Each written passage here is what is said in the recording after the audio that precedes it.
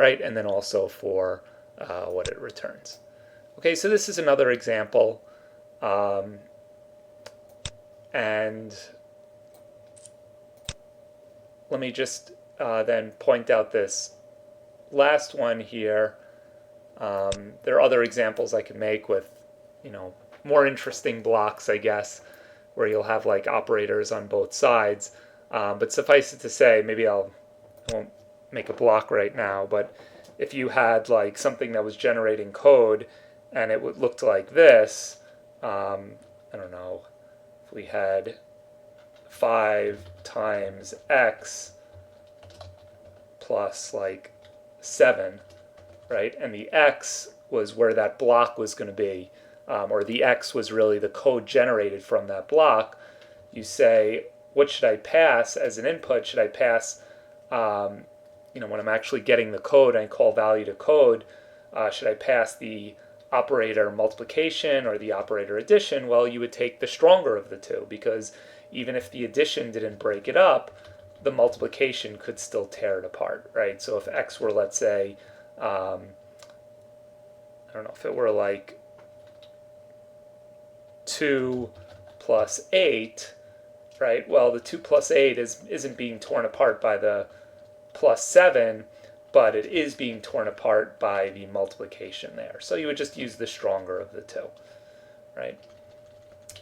But anyway, we don't have to worry about it for a block like this math number property block, which you could see again when you do export to XML, that this is a math number property block.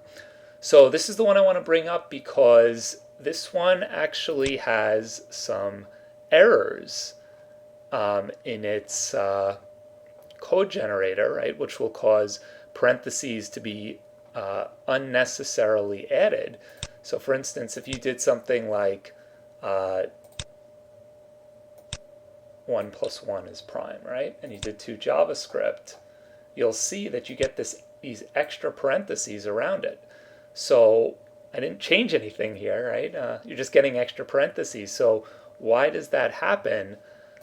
Well, when you look at math number property here, you'll see that it uses number to check is blockly.javascript.order modulus, right? And order modulus is going to have a number 5.3, and remember order addition is 6.2, and 6 is not less than 5, so it's going to add parentheses, right? But it really shouldn't be here. So this is one that you'll want to fix.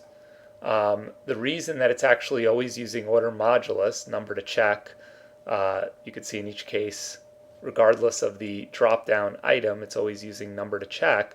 If I had to take a guess, I haven't gone through the history, but my guess is that it was usually all the properties that it was doing before maybe just used modulus, and then later on someone added, let's say, is greater than 0, less than 0, or this prime, and never changed this over here, right? So think about how you want to set this up and fix this, and what you should be providing for the input here to value to code, and things like when the number is positive and when the number is negative, or when it's prime. And think about how you want to restructure this code, if you want to do something with if statements, or if you want to do more like this